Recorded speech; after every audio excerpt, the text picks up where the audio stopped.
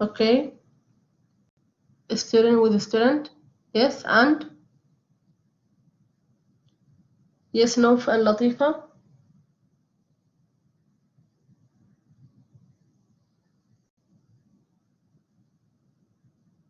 Okay, student assess other students, yeah.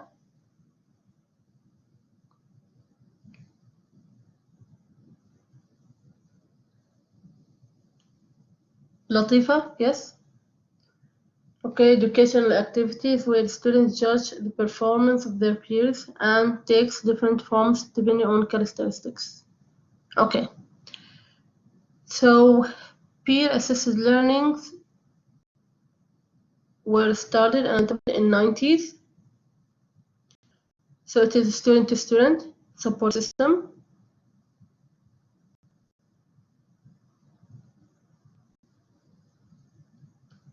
So they have to have good communication skills and academic skills related to their subjects so they can assess the others.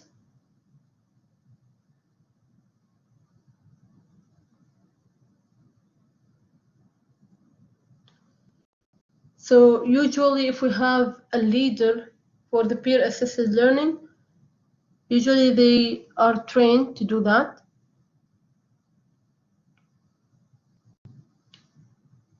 They will be chosen from the same class that they belong to.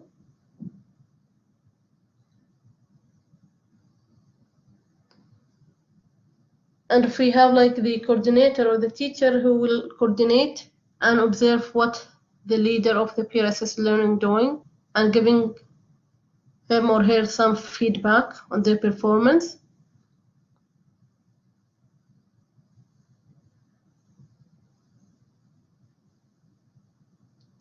Sometimes it can be paid. So this can be an example of, I think some of you are doing the writing center or the speaking center. Salama maybe, yeah? Yes, Salama, you are doing this, yeah?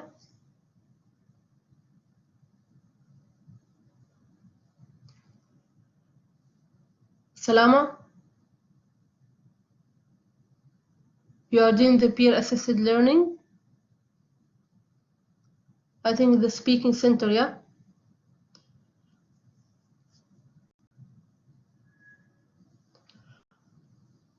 I know there are some students that are doing the peer-assisted learning in writing center or the speaking center. And sometimes with the UGRO also, they have.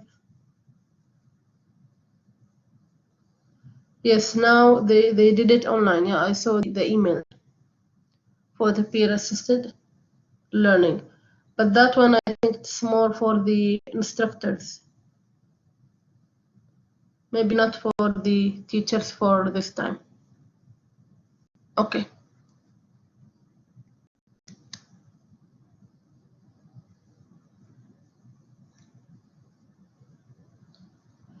So what are the advantages of the peer-assisted learning? So it's usually it gives like, you know, the environment to be better, the teaching and learning environment for the students.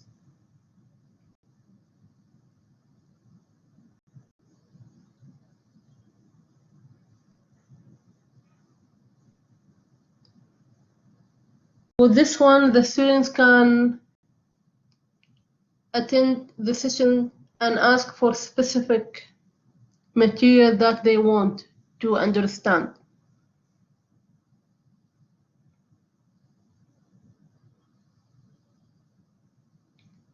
Usually the leader for the PAL try to assist the students and boost their confidence because they will explain whatever they don't understand, so it will be easier for them.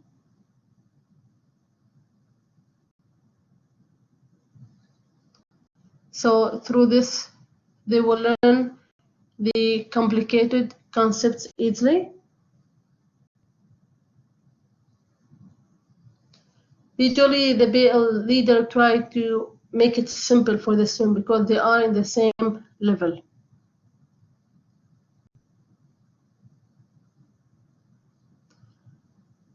And it's easier because for the students, if they are worried to discuss that with the teacher, they don't understand any concept, so it will be easier for them to communicate with the PAL leader. So this is the advantages of this type. Problem-based learning. So what do we mean by problem-based learning? Yes? What do we mean by problem-based learning?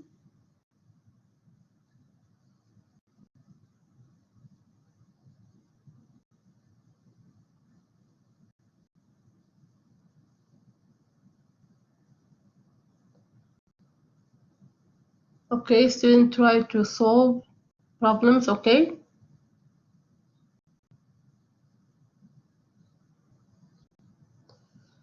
Okay, so the problem-based learning, usually it's real-world problems, and the student try to solve it. So through the whole process, they acquire and integrate new knowledge. Okay. So through this process, the students will develop critical thinking skills, problem-solving abilities, and communication skills. They will work in groups. They will try to find, search, and evaluate research materials, and also their learning will be more as lifelong learning. Yes, Latifa, it's student-centered activity, which students learn about a subject through experience of solving an open-ended problem, okay? Okay.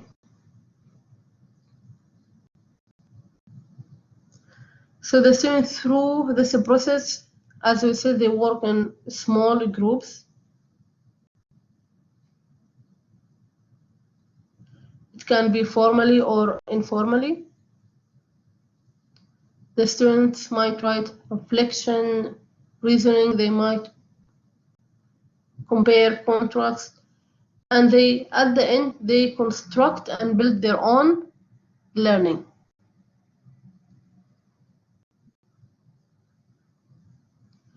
So through this problem-based learning, it's about real-world problems. The students try to acquire and integrate new knowledge. They develop some skills like thinking, problem solving, communication. They try to search, find, evaluate research materials.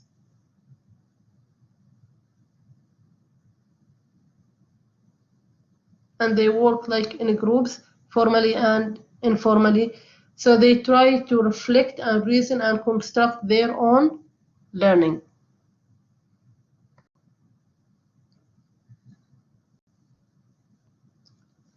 So from this mind map or diagram, you can see. So there are some principles. So the student can be self-directed learning. They learn through a context. They might collaborate. And also they construct their knowledge.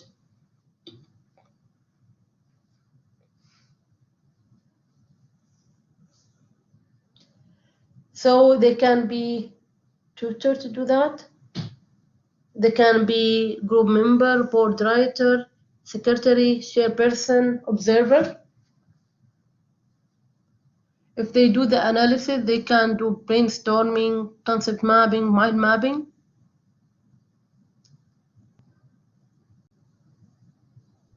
So how they do it, these steps. So they start with the first, explore the problem and the context.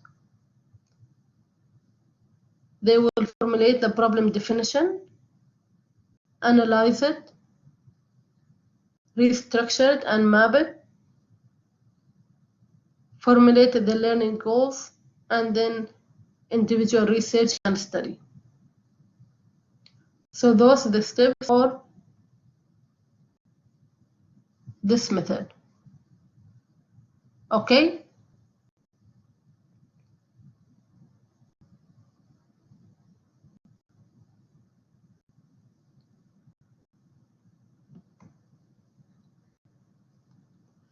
Other method is called team-based learning.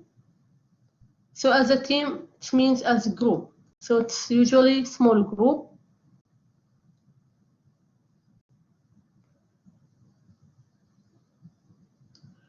So through this team, they prepare outside the classroom, and then when they come to the classroom, they apply the knowledge that they discuss and learn and work as a group.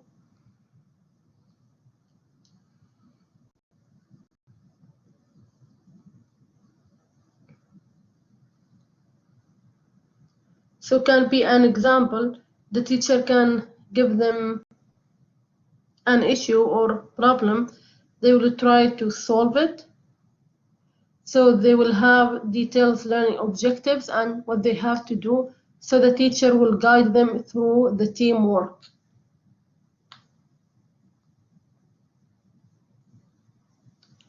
So there are 4 principles underlying the team-based learning.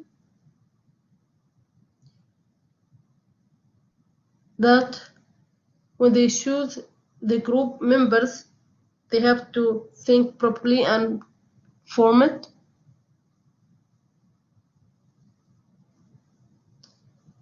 So if we think about their competency, let's say their intellectual talent, we have to manage among all that.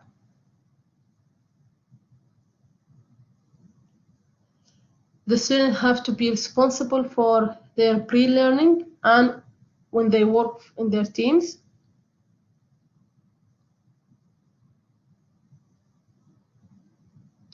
So when they have the assignments, those assignments should promote the learning and the team development. That means they have to work together and divide the work.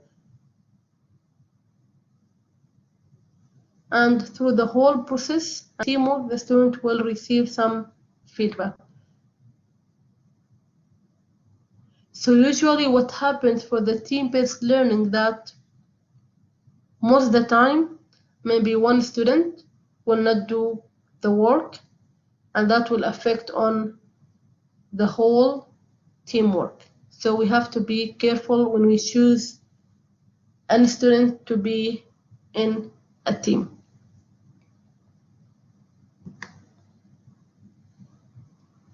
So what are the 3-step cycle for that? So we start with the preparation,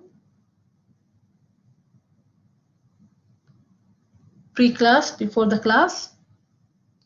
It will be as independent study. So you study at home, you study the basic concepts. Then from the class time, 45 to 75 minutes, what we call it readiness assurance process. So work on simple problems. So it can be start with individual test, then a group, then you try to write, and then tutor clarification if we need. Then the third process is the application exercises. So the work will be more on complicated problems. So it can be 1 to 4 hours from the class time. Application of oriented activities. And then the peer evaluation, the review after the class. So those what the steps. Start from preparation as simple concept, and then peer evaluation after the class with the reviewing. In the middle, ready to work on simple problem and then more and more complex problems. Simple will be from 45 to 70 minutes. More complex from 1 to 4. Okay?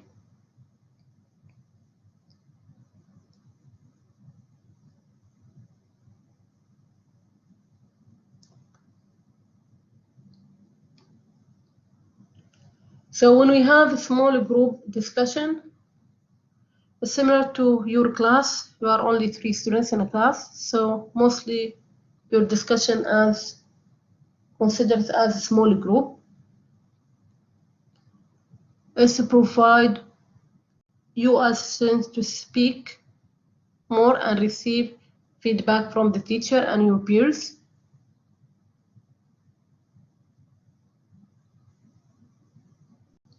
It will be easier for the communication and the interaction between the students and the teachers.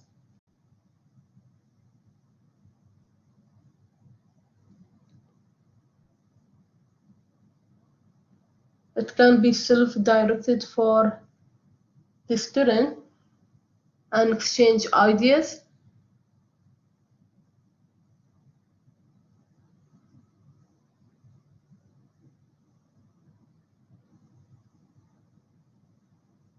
With this context, if we have a shy students, it will be easier for the teacher to notice and try to promote her and encourage her to discuss and communicate.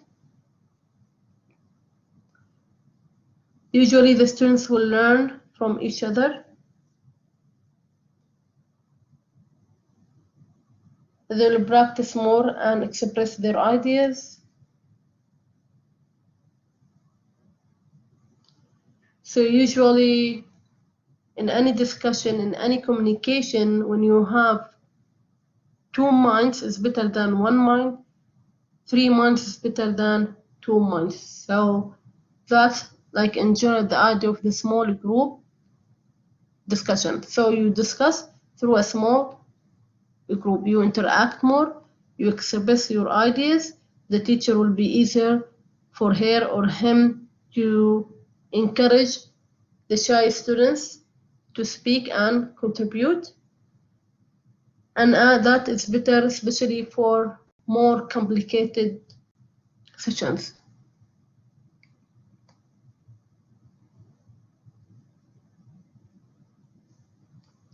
So what are some of the strategies for small group discussions?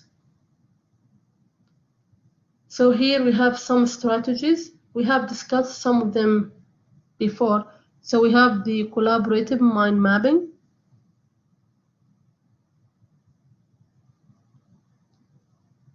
We have think, pair, share.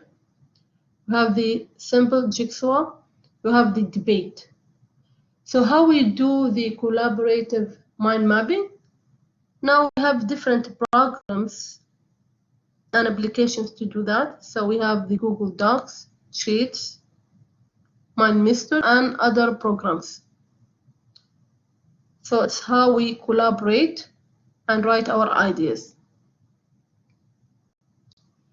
Think, pair, share is a collaborative learning strategies in which students work together to solve a problem or answer a question about an assigned reading.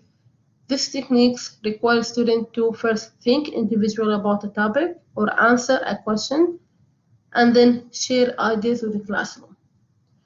So through this strategy, you have to think first and then you with your peers you try to share your ideas. The jigsaw is mostly in a group of 5. Assign each participant brief unique reading for any class or out of class. The group is giving a general topic to discuss, and each participant takes a turn discussing it from the viewpoint of their unique reading. So this is the idea of the simple jigsaw. It's like, taking turn to discuss an idea and give your viewpoints. The debates, we have 2 groups and they are debating about an idea.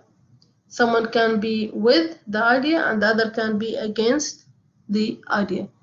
So in this discussion method, the class is divided into two groups of participants who then debate a topic in a reasoned and organized fashion. This could be a formal parliamentary debate or a more simplistic mode. Okay?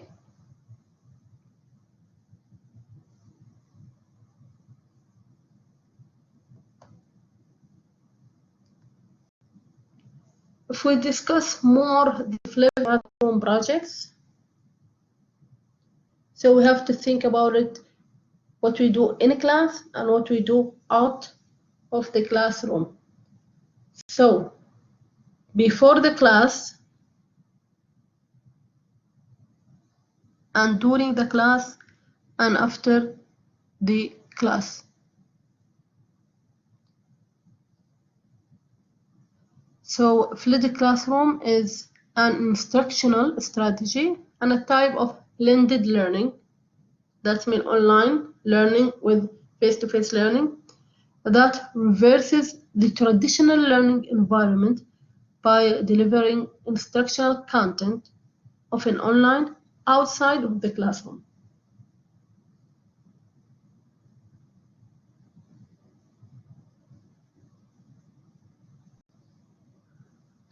So the idea started with outside the classroom. Before the class, the teacher will explain a concept or idea or a topic through video or online environment. Then, during the class, inside the class, the students will discuss it more through activities and will have more interaction with the teacher.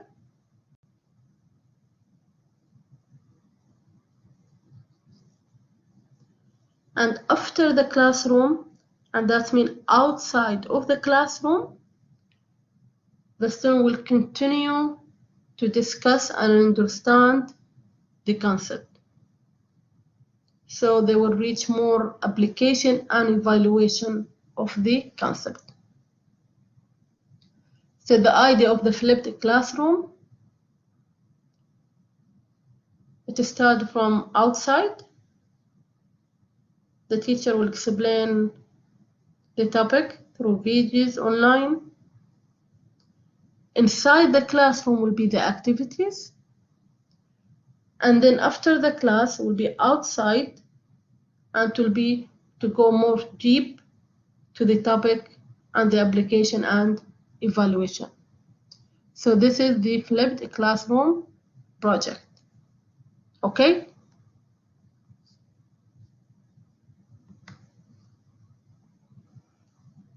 Okay, is it clear?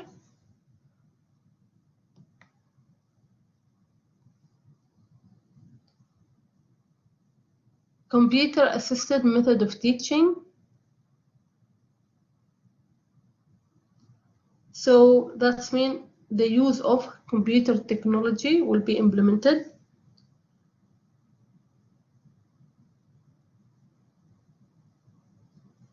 So usually it helps for the presentation and the assessment of the materials. It encourages the interaction and also promote the educational management and provide more additional learning opportunities. So it means that we use the technology, the computer. We can have some programs, games, presentations all through the computer, and also the assessment as online testing and all that. So it will help also for the interaction, and it's easy for the management of the educational material, the syllabus, through what we have also now like Blackboard and all that. And after that also it is encouraged more opportunities for learning. So you don't learn and study only inside the classroom.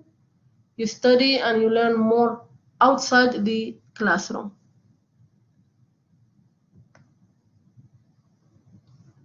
So what are the advantages and disadvantages of this method using the computer and technology?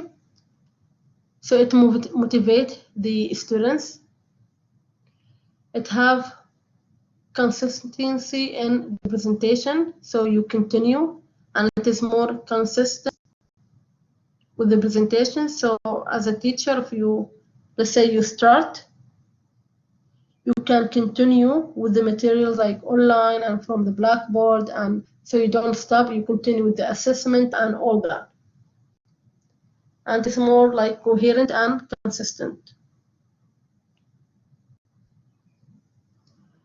With the computer assisted, you can adjust the difficulty level of the activities for the student. For example, if you have students with higher level, so you can give more challenging activities.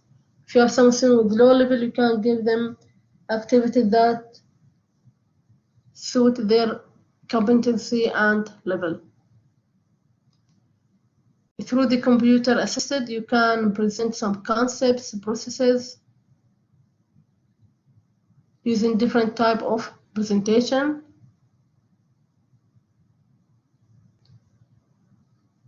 You maintain the records of student performance. If you have like testing, whatever, you can record it there. You can provide immediate feedback. So if we have discussion, the student can write their questions and the teacher can answer it immediately. So those are the advantages. The disadvantage is that to buy the equipment and the software, you need money, so it's costly. To develop a task needs time and money sometimes, especially with the creating videos and programs, you have to buy it.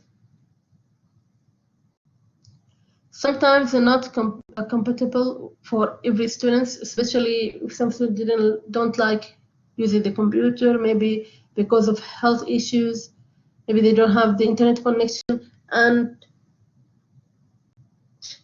maybe sometimes they cannot buy the program that they need or something else. And also it's required training for teaching, especially what is happening now with the pandemic. The Ministry of Education and Higher Education, they try to train the teachers to do the online sessions, and it takes time because some of them don't have it. Some of the students, they don't have the money to buy the iPad and the computer. Some of them don't have internet connection in their homes, so they have different issues. So those some of the disadvantages to this method. Okay.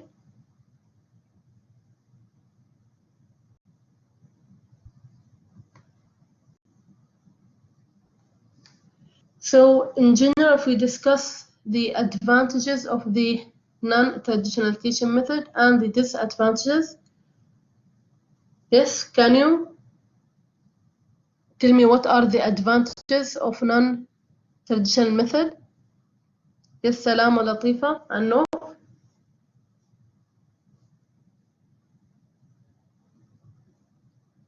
What do you think?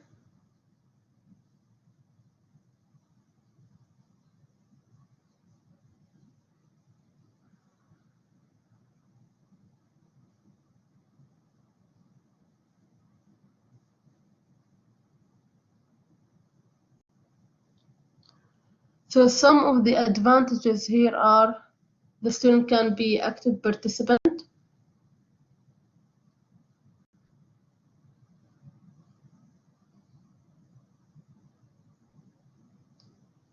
When the student discuss and solve some issues, that's mean they try to learn it and it goes to their long-term memory.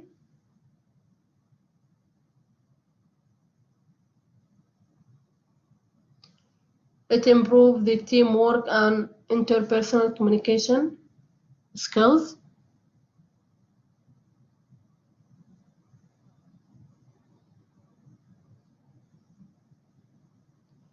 Okay, so the disadvantages can be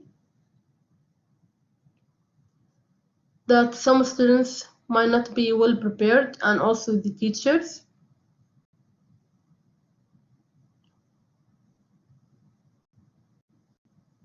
If we have a large group of students, it will not be easy. For example, with the online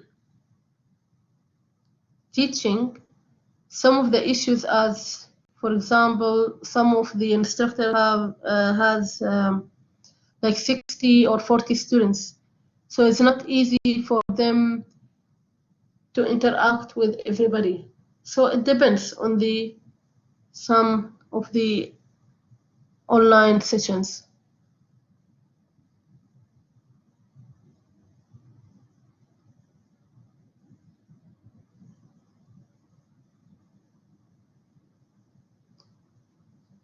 And also the imbalance among the students. If we have students who are academically strong with others who are less, so as a teacher you try to do your best with different activities to make it balance.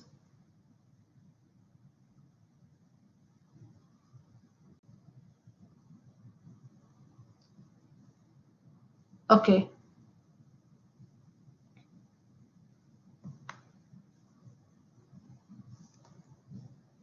So if we discuss in general regarding the traditional and the non-traditional teaching through the content. So for the traditional teaching, usually the students will study the same curriculum, same topics at the same time. The student will have limited information. It's based on maybe the textbook or what the teacher give them or provide.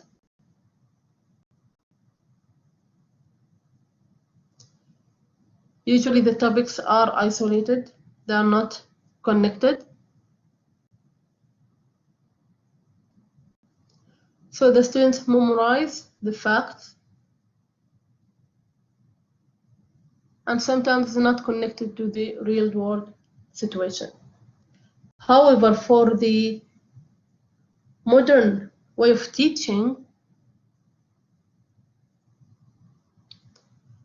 the teacher and students have different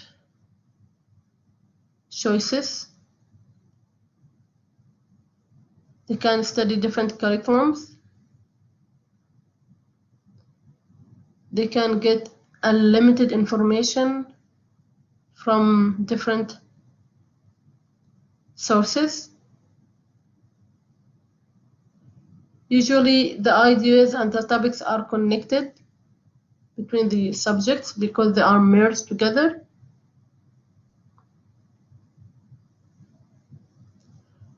The students try to analyze, evaluate, synthesize different kinds of materials, so they apply to real world situation.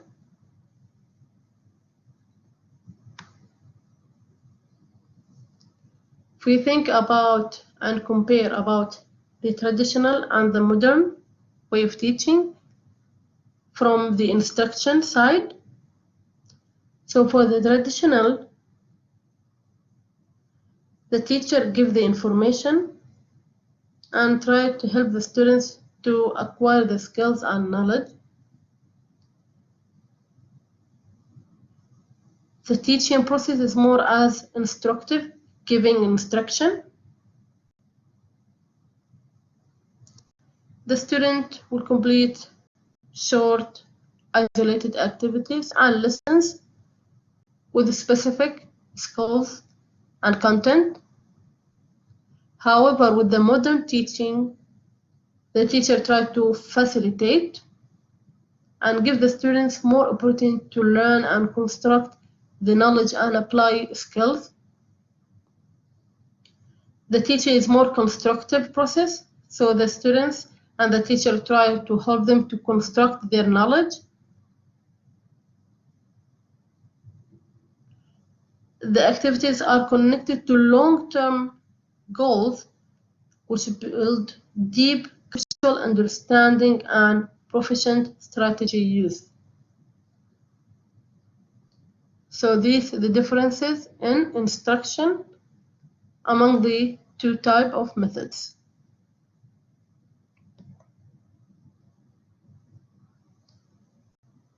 Okay, so if we think about the traditional and the modern, and we think about the classroom environment. So for the traditional, usually the students are passive. They work individually. For the modern, usually the students are more active. They might have different learning centers, different activities to do. They collaborate with peers, experts, community members, teachers, so it is with real life connection. For the assessment, for the traditional teaching method, they might use the paper and pencil to do their exams. They work alone, silent.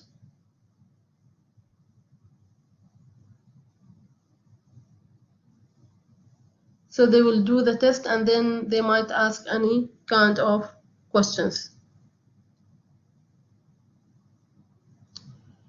Usually the teacher responsible for the learner learning, especially as in schools.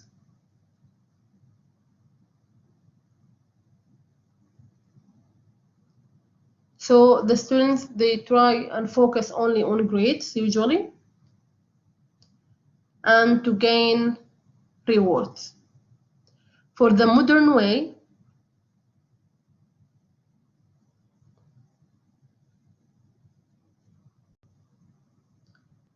learners know ahead of time how they will be assessed, have input in the criterion by which they will be assessed.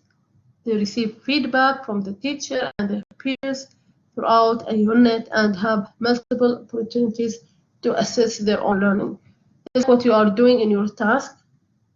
You have syllabus, you have criterions, criteria, you have what you have to do in the task, you have time to discuss it with the teacher, with your peers, and work in groups. So the responsibility is both in the teacher and learner sides, because as a learner you try to achieve the outcomes. So based on what the student want to learn, so they are more interested and they involve more in the activities. So they have more intrinsic motivation and effort to learn what they want.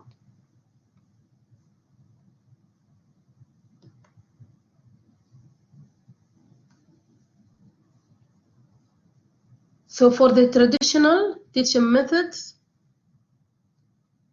it's more direct instruction and lecture. The student learn and observe. For the modern, it's more with hands-on activities. So that means they do it as students. It's more with inquiry, discovery, more with group activities.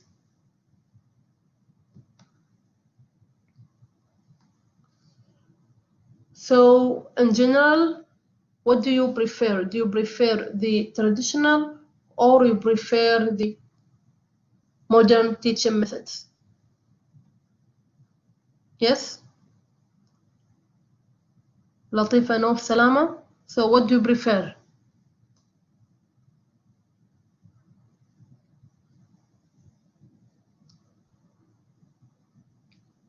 Okay, because you have your task for the both classes and you have to think about those modern teaching methods. Okay?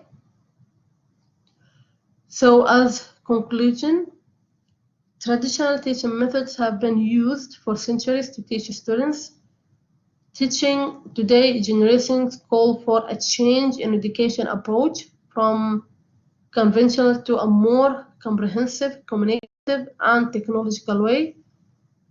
Traditional teaching methods make students uninterested in class, discouraged, bored, stop trying in accomplishing task giving, do poorly in tests, and make learning passive.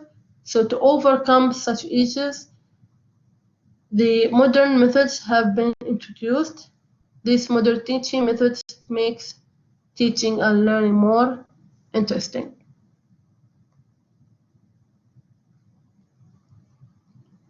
Thank you.